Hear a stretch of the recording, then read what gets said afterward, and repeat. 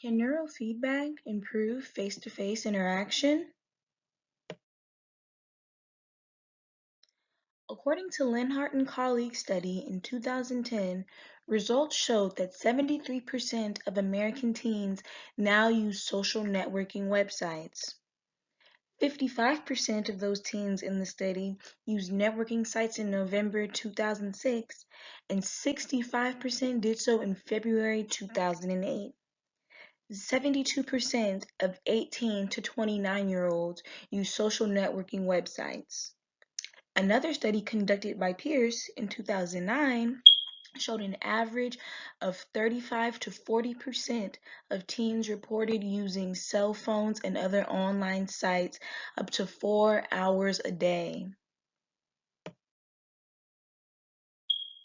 In the picture you're looking at now is from another study from Linhart in 2015 showing how much social media teenagers ranging from 13 to 17 use every day.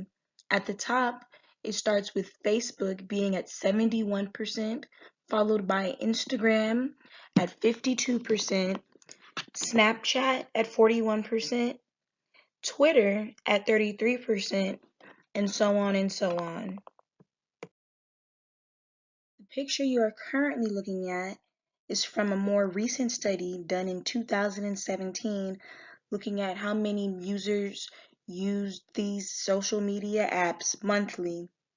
At the top, we have Facebook at 2 billion users per month. Next, we have YouTube at 1.5 billion users per month.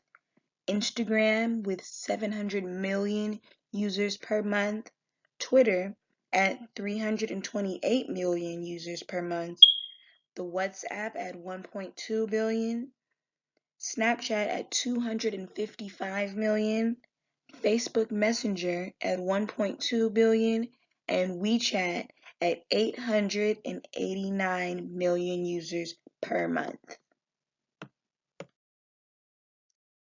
Many of you watching this video may not know what neurofeedback is.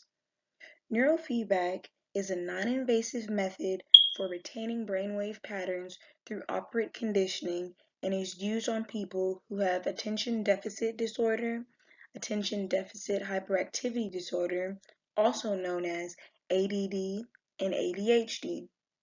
It is also used for anxiety, alcoholism, post-traumatic stress disorder, and mild head injuries. In a study conducted by Angelikis and his colleagues in 2007, results showed that neurofeedback does improve the speed of one's cognitive processing and executive function. For my study, there was a total of 1,000 participants. The participants all came from different colleges across the country and were all psychology majors. 250 of the participants came from schools on the West Coast. Another 250 participants came from schools on the East Coast, followed by another 250 participants that came from schools in the South.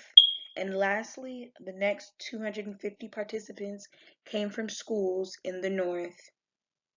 670 of those participants were female, and the remaining 330 participants were male, and their age ranged from 18 to 25 years old. Now to the materials and measures section. The research hypothesis is that neurofeedback will increase face-to-face interaction for young adults.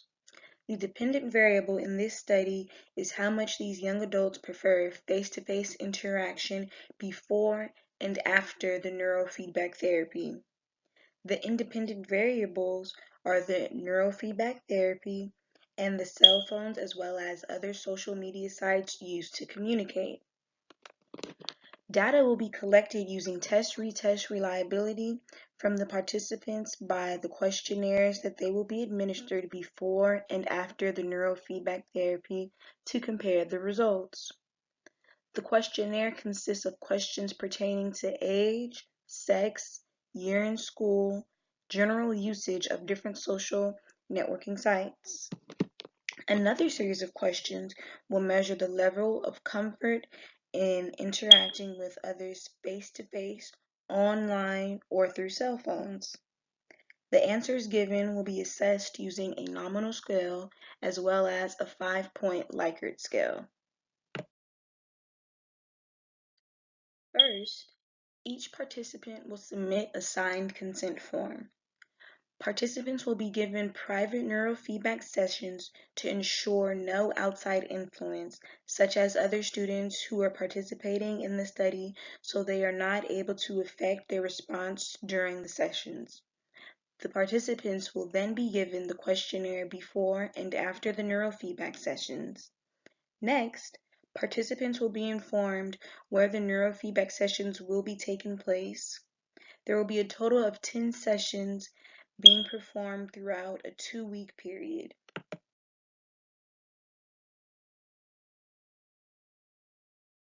In this present study, female and male undergraduate students completed a questionnaire regarding how much these young adults use and rely on their different social medias to communicate with their peers. The purpose of this study was to see if neurofeedback theory would in fact increase face-to-face interaction and decrease the use of technologies used to communicate with others.